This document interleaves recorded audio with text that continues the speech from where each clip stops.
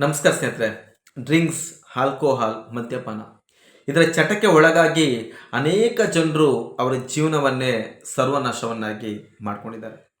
ಈ ಡ್ರಿಂಕ್ಸ್ನ ಹಿಂದೆ ಇರುವ ರಹಸ್ಯವನ್ನ ತಿಳ್ಕೊಳ್ಳೋಣ ಸ್ನೇಹಿತರೆ. ಆಲ್ಕೋಹಾಲ್ ಈ ಪದವನ್ನ ಅರೇಬಿಕ್ನಿಂದ ತಗೊಂಡಿದ್ದಾರೆ. ಅಲ್ಕುಹುಲುತ್.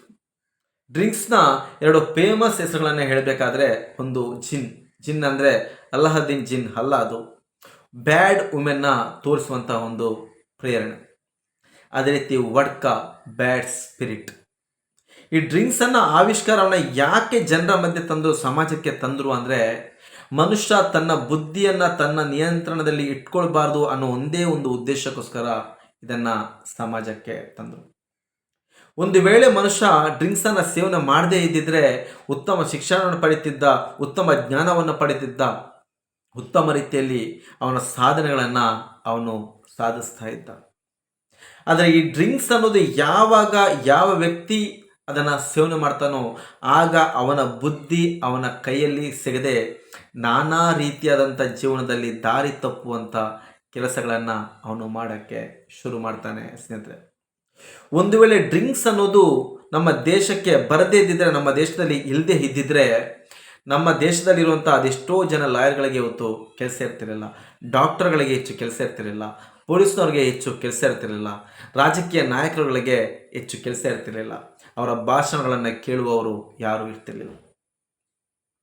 ಆ ಡ್ರಿಂಕ್ಸ್ ಅನ್ನೋ ಒಂದೇ ಒಂದು ಆವಿಷ್ಕಾರದಿಂದ ಭಾರತದಲ್ಲಿರುವಂಥ ಅನೇಕ ಜನರ, ಅನೇಕ ಕುಟುಂಬಗಳ ಸರ್ವನಾಶವಾಗಿದೆ.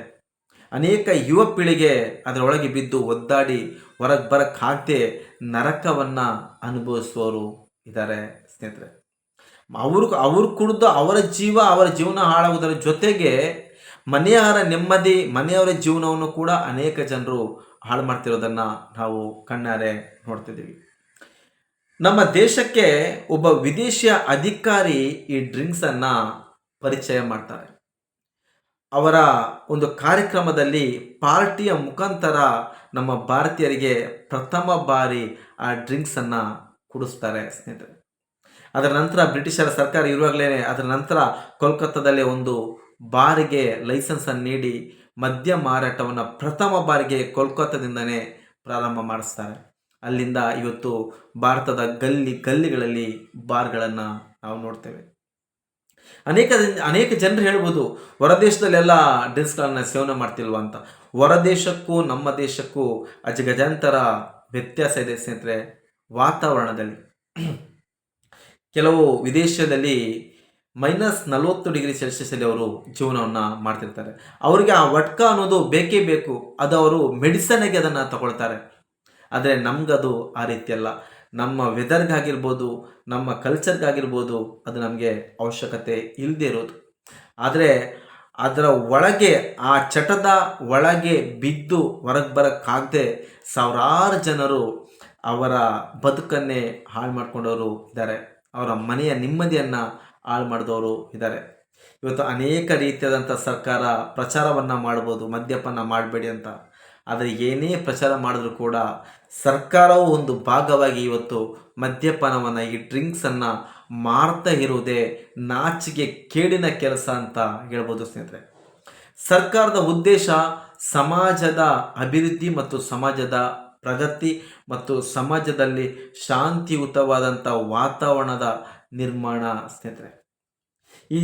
ಈ ಶಾಂತಿಯುತವಾದ ವಾತಾವರಣ ನಿರ್ಮಾಣ ಮಾಡಬೇಕು ಅಂದರೆ 100ರಲ್ಲಿ 60% ಈ ಡ್ರಿಂಕ್ಸ್ ಅನ್ನೋದನ್ನು ತೆಗಿಲೇಬೇಕು. ಆ ಡ್ರಿಂಕ್ಸ್ ಅನ್ನೋದು ಇಲ್ಲದೆ ಇದ್ದಿದ್ರೆ ಇವತ್ತು ಪ್ರತಿಯೊಬ್ಬರು ಕೂಡ ಅವರ ಬುದ್ಧಿಯನ್ನು ಅವರು ಉಪಯೋಗಿಸ್ಕೊಂಡು ಖಂಡಿತ ಒಂದಲ್ಲ ಒಂದು ರೀತಿಯಲ್ಲಿ ಅವರಿಗೆ ಅನಿಸುವಂಥ, ಅವರಿಗೆ ಇಷ್ಟವಾದಂಥ ಕೆಲಸದಲ್ಲಿ, ಅವರು ಕಲ್ತಿರುವಂಥ ಕೆಲಸದಲ್ಲಿ ಹಂತಾಗಿ ಖಂಡಿತವಾಗಿಯೂ ಮೇಲ್ ಬರ್ತಾಯಿದ್ರು, ಉನ್ನತ ಸ್ಥಾನವನ್ನು ತಲುಪ್ತಿದ್ರು.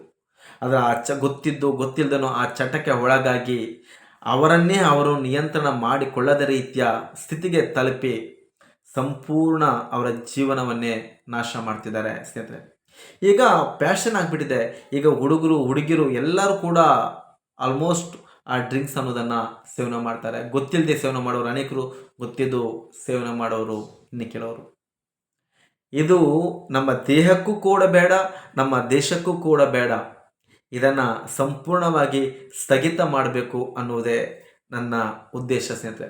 ಅನೇಕ ಜನರು ಇದರ ವಿರುದ್ಧವಾಗಿ ಹೋರಾಟವನ್ನು ನಡೆಸ್ತಿದ್ದಾರೆ, ಹೋರಾಟವನ್ನು ಮಾಡ್ತಾ ಇದ್ದಾರೆ. ಅನೇಕ ಜನರ ತಾಯಂದಿರ ಕಣ್ಣೀರು ಕೂಡ ಇದರಲ್ಲಿ ಇದೆ. ಮುಂದಿನ ದಿನಗಳಾದರೂ ಕೂಡ ನಮ್ಮ ದೇಶದಿಂದ ಈ ಕೆಟ್ಟದಾದಂಥ ಈ ಒಂದು ಡ್ರಿಂಕ್ಸ್ ಅನ್ನುವ ಒಂದು ವಿಷಕಾರಿ ವಿಷ ದೇಶದಿಂದ ತೊಲಗಲಿ ಅನ್ನೋದೇ ನನ್ನ ಉದ್ದೇಶ.